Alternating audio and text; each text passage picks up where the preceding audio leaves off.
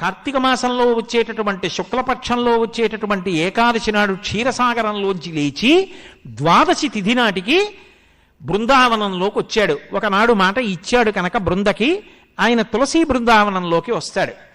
అందుకే ఆ రోజున ఆరాధన, విష్ణు సహస్రనామ స్తోత్ర పారాయణం, దీపాలు పెట్టడం అన్నీ కూడా క్షీరాబ్ది ద్వాదశి అని ఆ తులసి చెట్టు దగ్గర చేస్తారు.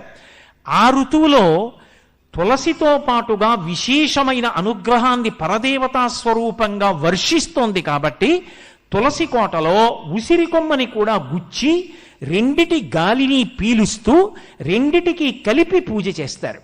కాబట్టి క్షీరాబ్ది ద్వాదశి, ద్వాదశి దీపాలని ప్రత్యేకంగా దీపాలు పెడతారు.